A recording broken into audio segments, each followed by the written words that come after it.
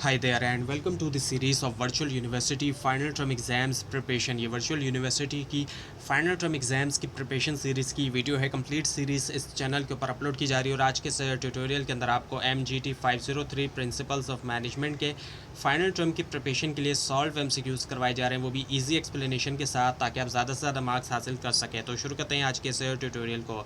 सबसे पहले कि planning is primarily concern with planning जो है इसका बुनियादी तौर पर अगर हम देखें कंसर्न, तो वो इनमें से किसके साथ है, वो है setting goals and deciding how to achieve them.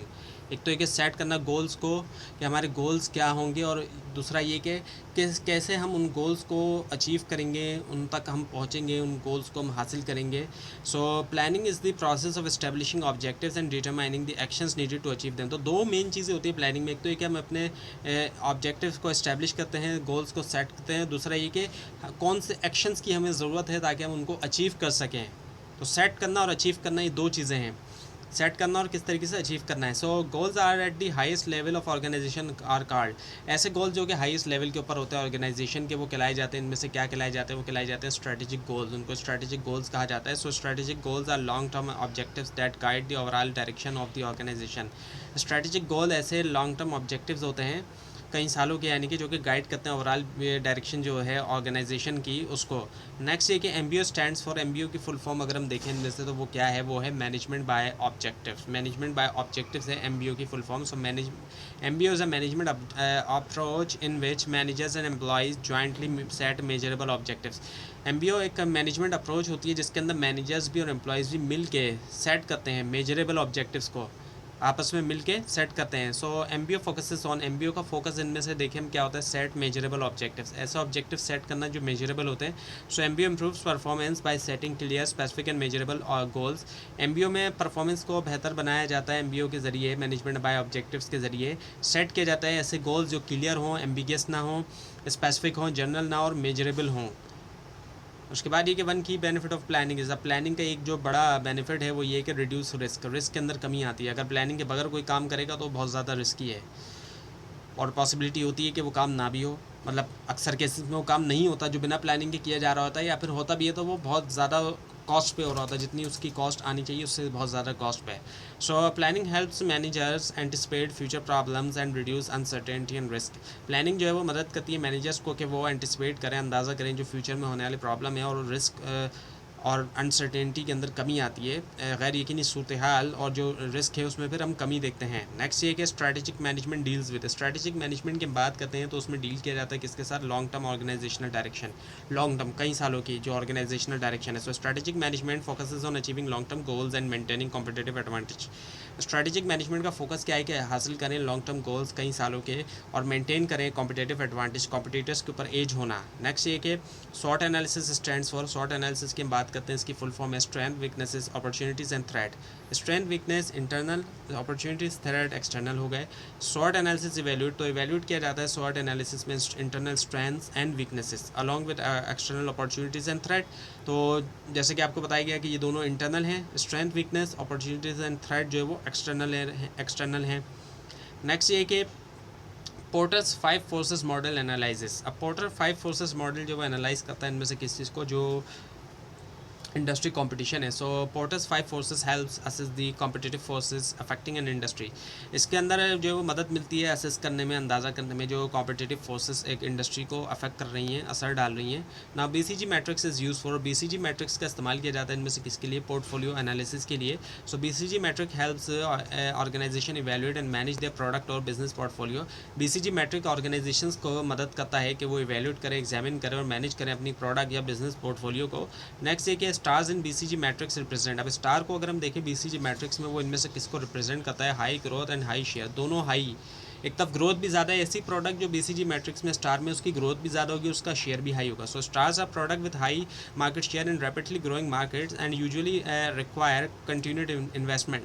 तो ऐसी प्रोडक्ट होगी जिसके दोनों चीज़ें ज़्यादा होंगी, तो नतीजा क्या है कि वो रिक्वायर करती है कि उसमें कंटिन्यूस इन्वेस्ट किया जाए, क्योंकि ग्रोथ भी मिल रही है, शेयर भी ज़्यादा है, इस वजह से नेक्स्ट ये कि एंटरप्रेन्योरशिप इन्वॉल्व्स, एंटरप्रेन्योरशिप में इनमें से क्या शामिल है, इनोवेशन एंड रिस्क टेकिंग। तो एंटरप्रेन्योर्स जो होते हैं वो इनोवेट भी करते हैं, कोई नई चीज़ लेकर आते हैं और इसके अलावा ये कि वो रिस्क भी लेते हैं। So entrepreneur create new ideas and accept risk to establish and grow businesses. तो एंटरप्रेन्योर्स वो लोग होते हैं कि एक तो नए आइडियाज़ लेकर आते हैं और रिस्क लेते हैं ताकि वो इस्टेब्लिश करें, ग्रो करें बिजनेसेस। तो रिस्क लेते हुए और इनोवेट करते हुए ये बिज़नेस बनाते भी हैं और ग्रो भी करते हैं। Next one is a business opportunity means, एक बिज़नेस अपॉर्चुनिटी का मतलब क्या है, अ वायबल मार्केट नीड, एक जो वायबल मार्केट नीड होती है। So business opportunity exist when there is a market need that can be profitably satisfy. Business opportunity वहाँ होती है जहाँ पर एक मार्केट की ज़रूरत है, एक चीज़ जो मार्केट में मौजूद नहीं है, date can be profitably satisfy, तो फिर वो प्रॉफिटेबली तौर पर सेटिस्फाई होगी। एक चीज़ की ज़रूरत है मार्केट में लेकिन वो है ही नहीं अवेलेबल, तो ऐसी प्रोडक्ट लेकर आई जाए। नाउ ऑर्गेनाइजिंग मीन्स, ऑर्गेनाइजिंग का मतलब इनमें से देखें तो वो क्या है, arranging resources and task, arrange करना रिसोर्सेज को भी और जो टास्क होते हैं। So organising involves assigning task, allocating resources and coordinating activities to achieve objectives. Organising में क्या होता है कि असाइन किया जाता है टास्क को भी, रिसोर्सेज को एलोकेट किया जाता है कि कहाँ पर कितने रिसोर्सेज एलोकेट किए जाए, मुख्तस किए जाएँ, कोऑर्डिनेट किया जाए एक्टिविटीज़ को ताकि ऑब्जेक्टिव्स को अचीव किया जा सके। ना job specialization increases, job specialization जब होती है तो क्या नतीजा निकलता है, एफिशिएंसी में इजाफा होता है। एफिशिएंसी यही है कि कम से कम इनपुट से ज़्यादा आउटपुट होना, कम से कम वक्त में ज़्यादा से ज़्यादा काम होना, वो भी अच्छे तरीके से काम होना, quality with quantity.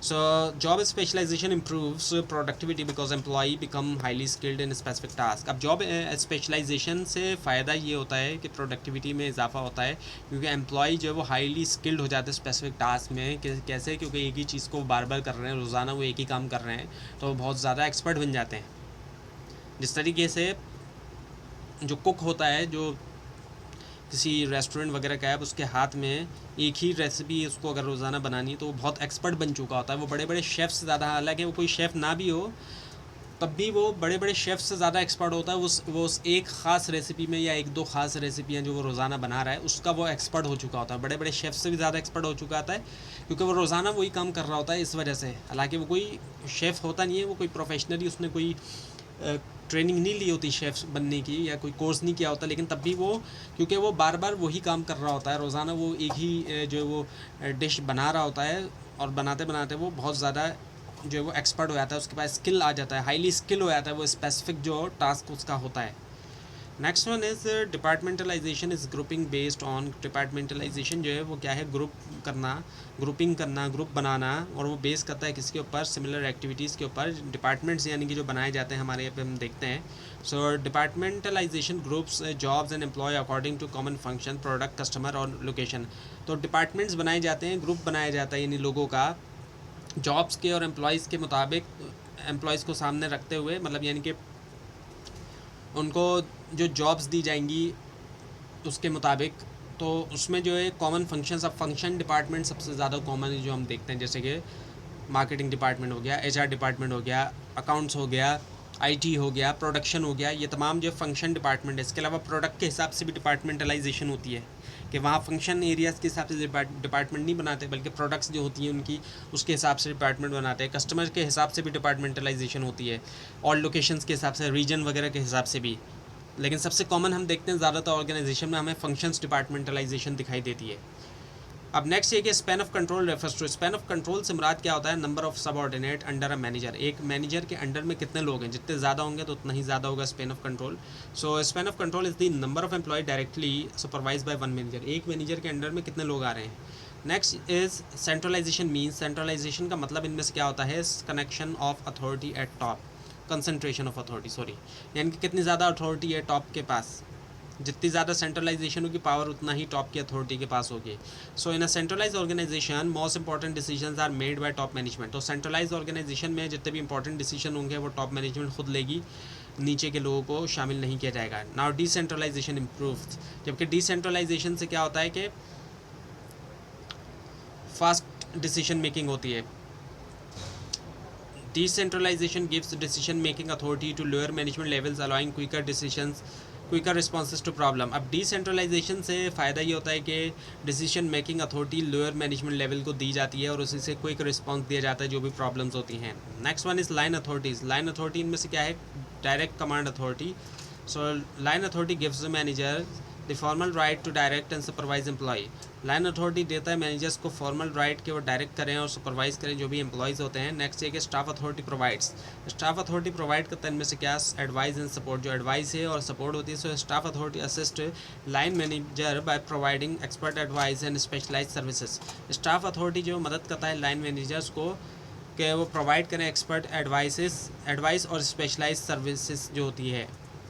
Next one ये कि मैकेनिस्टिक स्ट्रक्चर है। अब मैकेनिस्टिक स्ट्रक्चर को हम देखें तो वो इनमें से किस तरह का होता है, हाईली फॉर्मलाइज, बहुत ज़्यादा फॉर्मलाइज होता है। So mechanistic structure has a clear rules, centralise authority and a high level of specialisation. एक ऐसा स्ट्रक्चर जहाँ पर रूल्स क्लियर होंगे, अथॉरिटी सेंट्रलाइज होगी और हाई लेवल होगी स्पेशलाइजेशन की। नेक्स्ट ये कि ऑर्गेनिक स्ट्रक्चर है। ऑर्गेनिक स्ट्रक्चर इसके मुकाबले में देखें फ्लेक्सिबल एंड अडाप्टिव होगा, फ्लेक्सिबल भी होगा, अडाप्टिव भी होगा। So organisations encourage team work, central decentralise decision and adaptability to change.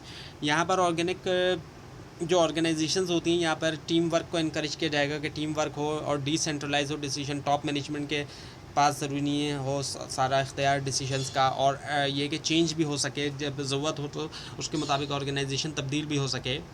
Next ये कि वर्चुअल ऑर्गेनाइजेशन डिपेंड्स ऑन, अब आज के दौर में वर्चुअल ऑर्गेनाइजेशन दिखाई देती है, वो डिपेंड करती है इनमें से किसके ऊपर, आईसीटी एंड नेटवर्क्स इनके ऊपर। सो आईसीटी की हम बात करें तो इंफॉर्मेशन एंड कम्युनिकेशन टेक्नोलॉजी है ये, एक तो आईटी है इंफॉर्मेशन टेक्नोलॉजी, लेकिन ये है information and communication technology. So virtual organization use ICT to coordinate work across different location. तो वर्चुअल ऑर्गेनाइजेशन में इंफॉर्मेशन एंड कम्युनिकेशन टेक्नोलॉजी का इस्तेमाल किया जाता है ताकि वर्क कोऑर्डिनेट किया जा सके मुख्तलिफ लोकेशन में। तो इंटरनेट वगैरह का इस्तेमाल हम देखते हैं करके मुख्तलिफ लोकेशन पे लोग बैठे हुए हैं और वो काम कर रहे हैं, दूर दराज से लोग बैठे हुए काम कर रहे होते हैं। नेक्स्ट ये कि लीडरशिप इज़, अब लीडरशिप इनमें से क्या होती है, इन्फ्लुएंसिंग अदर, दूसरों को इन्फ्लुएंस करना, उनके ऊपर असरअंदाज होना। So leadership is the ability to influence and guide individuals toward achieving organizational goal. Leadership जो है वो एक ऐसी एबिलिटी होती है कि इन्फ्लुएंस किया जाता है और गाइड किया जाता है इंडिविजुअल्स को कि वो हासिल कर सकें ऑर्गेनाइजेशन गोल्स को। Next one is a leader mainly, एक लीडर मेन तौर पर क्या करता है, motivates and guides people, motivate भी करता है, वो मोटिवेटर भी होता है, वो गाइड करता है, हिदायत देता है लोगों को। So effective leader inspires, motivate and support employee to perform successfully. अच्छे लीडर वही हैं जो इंस्पायर भी करते हैं, मोटिवेट करते हैं, सपोर्ट भी करते हैं कि एम्प्लॉय कामयाबी के साथ परफॉर्म कर सकें। नेक्स्ट ये कि मेस्लो थ्योरी एक्सप्लेन, अब अगर मेस्लो की जो हायरार्की थ्योरी है उसको हम देखें तो वो क्या एक्सप्लेन करती है, ह्यूमन नीड हायरार्की। वो नीचे से नीड स्टार्ट होती है और वो ऊपर चल जाती है। सबसे ऊपर सेल्फ एक्चुअलाइजेशन की नीड आती है, यानी कि अपना खुद का फुल पोटेंशियल इस्तेमाल करना। So Maslow theory states people are motivated by 5 level of need from basic to self actualisation. अब ये थ्योरी बताती है कि लोग मोटिवेट होते हैं अपनी जो 5 लेवल ऑफ नीड होती है बेसिक से लेकर सेल्फ एक्चुअलाइजेशन तक। नेक्स्ट ये कि lowest level of Maslow hierarchy, सबसे नीचे की अगर हम नीड देखें मेस्लो की हायरार्की के अंदर जो पिरामिड है सबसे नीचे की, तो वो कौन सी नीड होती है, वो होती है फिजियोलॉजिकल नीड, जो बुनियादी ज़रूरियात होती हैं। Physiological need such as water, food and shelter are the most basic need होती है, जिसमें खाना हो गया, पानी हो गया, घर वगैरह हो गए, शेल्टर यानी कि। सो ये मोस्ट बेसिक ह्यूमन नीड है, बुनियादी जो इंसानी ज़रूरियात होती हैं। नेक्स्ट ये कि self actualization mean, self actualization का मतलब क्या है, अचीविंग फुल पोटेंशियल, अपना ख़ुद का जो मुकम्मल जो पोटेंशियल है वो अचीव करना। और ये सबसे ऊपर की जो है वो नीड होती है मेस्लो के जो पिरामिड ऑफ नीड है उसके अंदर। So self actualization is the desire to realize one's maximum abilities and personal growth. इससे मुराद ये डिज़ायर के रियलाइज़ किया जाए, अचीव किया जाए जो अपना ख़ुद की जो मैक्सिमम एबिलिटीज़ हैं और पर्सनल ग्रोथ होती है वो। Now expectancy theory is based on, और जो एक्सपेक्टेंसी थ्योरी उसकी बुनियाद अगर हम देखें इनमें से किसके ऊपर है, वो है effort, performance, reward, relationship. Effort, performance और जो रिवार्ड रिलेशनशिप होता है। So employees are motivated when they believe effort leads to good performance and valuable reward. Employ motivate तब होते हैं जब उनका ये बिलीव होता है, ये मानना होता है कि एफर्ट से अच्छी परफॉर्मेंस भी आएगी और वैल्यूएबल रिवार्ड मिलेगा। Next one is goal setting theory emphasises, goal setting theory को हम देखें वो एम्फेसाइज करती है में से किस चीज़ को, स्पेसिफिक एंड चैलेंजिंग गोल्स, ऐसे गोल्स जो कि स्पेसिफिक भी हैं, ख़ास भी और वो चैलेंजिंग भी है। So clear and challenging goals improve motivation and performance. जब गोल्स क्लियर होंगे और चैलेंजिंग होंगे उनसे बेहतर होगी परफॉर्मेंस भी और मोटिवेशन भी बेहतर होगी। नेक्स्ट ये कि reinforcement theory focuses on. Reinforcement theory का अगर हम फोकस देखें इनमें से वो क्या होता है, बिहेवियर कॉन्सिक्वेंसेस होते हैं जो नताए जाते हैं बिहेवियर के। So reinforcement theory states that behaviour is influenced by its positive और नेगेटिव कॉन्सिक्वेंसेस। रीइंफोर्समेंट थ्योरी ये बताती है कि बिहेवियर जो है वो इन्फ्लुएंस होता है, असरअंदाज होता है पॉजिटिव या नेगेटिव कॉन्सिक्वेंसेस से। जो नताइज हैं अब वो पॉजिटिव हैं या नेगेटिव हैं उससे। Next one is cognitive theories focus on. Cognitive theory का फोकस इनमें से क्या है, मेंटल प्रोसेसेस के ऊपर होता है। So cognitive theories explain motivation by examine how people think, perceive and make decision. अब ये थ्योरी इस चीज़ की वजाहत देती है कि एक्सप्लेन करती है एक्चुअली मोटिवेशन को एग्जामिन करते हुए कि कैसे लोग सोचते हैं, परसीव करते हैं, हर किसी का अपना परसेप्शन होता है और वो डिसीजन किस तरीके से लेते हैं। नेक्स्ट ये कि knowledge workers are motivated by. अब नॉलेज वर्कर मोटिवेट होते हैं इनमें से किसके ज़रिए, ऑटोनॉमी के ज़रिए भी और रिकग्निशन के ज़रिए भी। एक तो ख़ुद मुख्तारी उनको दी जाए और उनको रिकग्नाइज़ किया जाए। तो जो नॉलेज वर्कर होंगे value independence, meaningful work and recognition for their expertise. तो वो इस चीज़ को वैल्यू देंगे कि इंडिपेंडेंस हो, उनको आज़ादी मिले जब वो काम कर रहे हैं, एक चीज़ ये, और मीनिंगफुल वर्क हो और रिकग्निशन हो, उनको रिकग्नाइज़ किया जाए जो भी रिकग्निशन हो उनके वर्क की, क्योंकि वो एक्सपर्टीज़ लेकर आ रहे हैं। नॉलेज वर्कर जो है वो एक्सपर्टीज़ होती है उनके पास। नेक्स्ट ये कि intrinsic motivation comes from. Intrinsic motivation कहाँ से आती है, इंटरनल सेटिस्फेक्शन, अंदर से आती है ये। So intrinsic motivation comes from enjoying the work itself और अचीविंग पर्सनल सेटिस्फेक्शन। तो जब एक शख्स खुद इंजॉय कर रहा है वर्क, काम को, या फिर जो उसकी पर्सनल जो सेटिस्फेक्शन है वो हासिल कर रहा है, वहाँ से इंट्रिंसिक मोटिवेशन आती है ना। Behavioural leadership focuses on. Behavioural leadership का फोकस इनमें से क्या होता है, लीडर बिहेवियर के ऊपर होता है। So behavioural leadership theory emphasises what leader do and how their action influence follower. अब ये थ्योरी जो है वो इस बात के ऊपर एम्फेसाइज करती है कि क्या लीडर करते हैं और कैसे उनके एक्शन जो है वो दूसरों को उनके फॉलोअर्स के ऊपर असरअंदाज होते हैं। Next one is situational leadership depends on. Situational leadership depend करती है किसके ऊपर, सिचुएशन और जो फॉलोअर्स होते हैं उनके ऊपर भी। सिचुएशनल लीडरशिप सजेस्ट, अब ये थ्योरी बताती है क्या, leaders should adopt their style according to the situation and followers need. Leaders को अपने स्टाइल अडॉप्ट करना चाहिए, जो उनका स्टाइल होता है सिचुएशन के मुताबिक और जो फॉलोअर्स की ज़रूरियात हैं उसके मुताबिक। Now strategic leadership focuses on. Strategic leadership का फोकस क्या है, लॉन्ग टर्म डायरेक्शन है। जब स्ट्रेटेजिक की बात करते हैं लॉन्ग टर्म की बात होती है। Strategic leader develop a long term vision and guide the organization toward future success. अब स्ट्रेटेजिक लीडर्स डेवलप करते हैं लॉन्ग टर्म विजन, उनका जो विजन होता है वो लॉन्ग टर्म का होता है, कई सालों आगे का देखते हैं वो, और गाइड करते हैं वो ऑर्गेनाइजेशन को फ्यूचर सक्सेस की तरफ। वो कई साल आगे का देख रहे होते हैं कि आगे हमने क्या करना है, आगे कौन सी नई चैलेंजेस का सामना है और कौन सी नई से नई डेवलपमेंट हो रही है, कोई नई से नई टेक्नोलॉजी आ रही है। इन तमाम चीज़ों को सामने रखते हुए वो ऑर्गेनाइजेशन का फ्यूचर देख रहे होते हैं कि फ्यूचर में हमें कहाँ पहुँचना है, तो उसी हिसाब से फिर वो गाइड करते हैं। नेक्स्ट ये क्या, ग्रुप कंसिस्ट ऑफ। एक ग्रुप अगर हम देखते हैं तो उसमें क्या होता है कि 2 और मोर पीपल, एटलीस्ट 2 लोग होंगे ग्रुप के अंदर या 2 से ज़्यादा भी हो सकते हैं। So group is made up of 2 और more individuals who interact to achieve actually common goals. अब ग्रुप बना है 2 या ज़्यादा लोगों का दरमियान जो आपस में इंटरेक्ट करते हैं, एक दूसरे से इनका इंट्रैक्शन होता है ताकि कॉमन गोल्स को वो हासिल कर सकें। Now forming stage. अब पहला स्टेज जो होता है ग्रुप की हम बात करते हैं वो क्या है, initial stage of group development. वो इनिशियल स्टेज होता है, शुरुआती स्टेज होता है ग्रुप बनाने का। So during the forming stage actually not formal, members meet, get acquainted and understand the group purpose. आपस में मिलते जुलते हैं और समझते हैं ग्रुप का जो पर्पस है उसको समझते हैं। नेक्स्ट ये कि हाई परफॉर्मिंग टीम्स रिक्वायर। बेहतर जो परफॉर्म करने वाली टीम होती है वो रिक्वायर करती है इनमें से किस चीज़ को, ट्रस्ट भी और कोऑपरेशन भी। आप देख सकते हैं कि अगर क्रिकेट टीम की हम बात करें तो उसमें भी क्या है कि ट्रस्ट होना चाहिए, प्लेयर्स का आपस में एक दूसरे के साथ कोऑपरेट करें। अगर ट्रस्ट नहीं होता प्लेयर्स के दरमियान और कोऑपरेशन नहीं होता तो क्या होता है कि ऐसी टीम जो परफॉर्म नहीं कर पाती, एक दूसरे को ब्लेम दे रहे होते हैं प्लेयर, ऐसा भी होता है, कोऑपरेट नहीं कर रहे होते, ग्राउंड के ऊपर ही दिख रहा होता है। So trust, communication and cooperation help team perform effectively and achieve shared goals. तो ट्रस्ट भी हो, कम्युनिकेशन भी हो, कोऑपरेशन होता है, इससे टीम जो है वो एक तो इफेक्टिवली तौर पे परफॉर्म करती है। और जो शेयर्ड गोल्स हैं, अब हर किसी का गोल यही है, मेन गोल तो यही होता है ना तमाम प्लेयर्स का कि हमने जीतना है। सो कम्युनिकेशन इज़ अब कम्युनिकेशन की बात करते हैं तो वो क्या है, ट्रांसफ़र ऑफ इन्फॉर्मेशन। जब कम्युनिकेशन होती है तो इन्फॉर्मेशन ट्रांसफ़र होती है, अब चाहे वो लिख कर हो, बोल कर हो, इशारों के ज़रिए हो। So communication is the process of sharing information, ideas and understanding between individuals. Communication के ज़रिए शेयर किया जाता है इन्फॉर्मेशन भी, आइडियाज़ भी शेयर करते हैं, अंडरस्टैंडिंग भी होती है लोगों के दरमियान। नेक्स्ट ये कि communication models in network include, अब कम्युनिकेशन नेटवर्क में शामिल है क्या, चेन, व्हील और ऑल चैनल, ये आ जाते हैं तमाम। So these are communication patterns, common communication pattern that determines how communication flow within a group. एक आम जो है कम्युनिकेशन के पैटर्न है जो इस बात का तयन करते हैं कि किस तरीके से इन्फॉर्मेशन जो है वो फ़्लो करती है एक ग्रुप के अंदर। Now ICT which is the information and communication technology improves communication, ये इम्प्रूव करती है, बेहतर बनाती है कम्युनिकेशन को। किस तरीके से, increasing speed and reach, speed में इजाफा होता है, रीच जो है वो बेहतर होती है। सो ICT enables fast, wider and more efficient communication. ICT की वजह से देखते हैं तेज़ होती है, वाइडर है, ज़्यादा एफिशिएंट है कम्युनिकेशन। नेक्स्ट ये कि कंट्रोलिंग मींस, कंट्रोलिंग का मतलब अगर हम देखें मॉनिटरिंग परफॉर्मेंस, मॉनिटर करना जो भी परफॉर्मेंस है। So controlling involves measuring actual performance, comparing with standard and taking corrective action. Controlling में हम देखते हैं कि मेजर किया जाता है जो भी असल परफॉर्मेंस चल रही है, कंपेयर करेंगे उसको जो भी स्टैंडर्ड्स हैं और करेक्टिव एक्शन लेंगे अगर वो स्टैंडर्ड से नीचे है, बिलो द स्टैंडर्ड है अगर। नेक्स्ट है कि control process start with, control process की शुरुआत हम देखें तो सेट किया जाता है सबसे पहले स्टैंडर्ड के, हमारा स्टैंडर्ड क्या है।